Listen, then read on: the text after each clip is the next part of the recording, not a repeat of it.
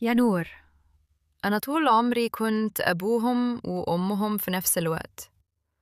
أمهم ماتت وهم صغيرين وكنت بشيلهم على كفا، أكلهم من أكلة وأكسيهم من اللي على ظهري. حتى لما كنت تعبان ما كنتش أسمح لنفسي أقصر معاهم.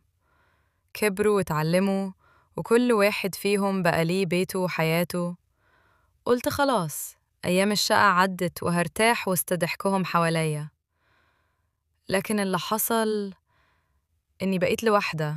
بيتي بقى صامت وتليفوني ما بيرنش، وحتى العيد بيعدى وما بسمعش منهم كلمة كل سنة وانت طيب.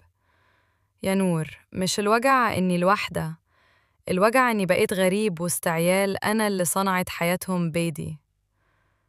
عارفة يا عمة، في وجع بيوصل للروح قبل ما يوصل للقلب، ووجع عقوق الأبناء واحد منهم.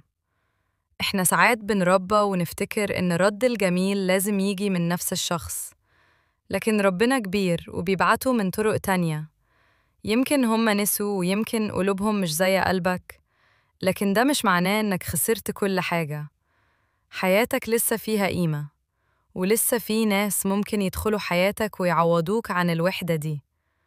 افتح بابك للخير تاني، شارك وقتك مع حد يستحقه، وافتكر دايماً إن الكلمة الطيبة والضحكة الحلوة مش لازم تيجي من الدم، ساعات تيجي من الروح اللي ربنا يبعتها لك في صورة حد جديد. ربنا ما بينساش تعبك ولا دمعة نزلت من عينك، وكل حاجة عملتها بحب مخزونة عنده بأجر كبير.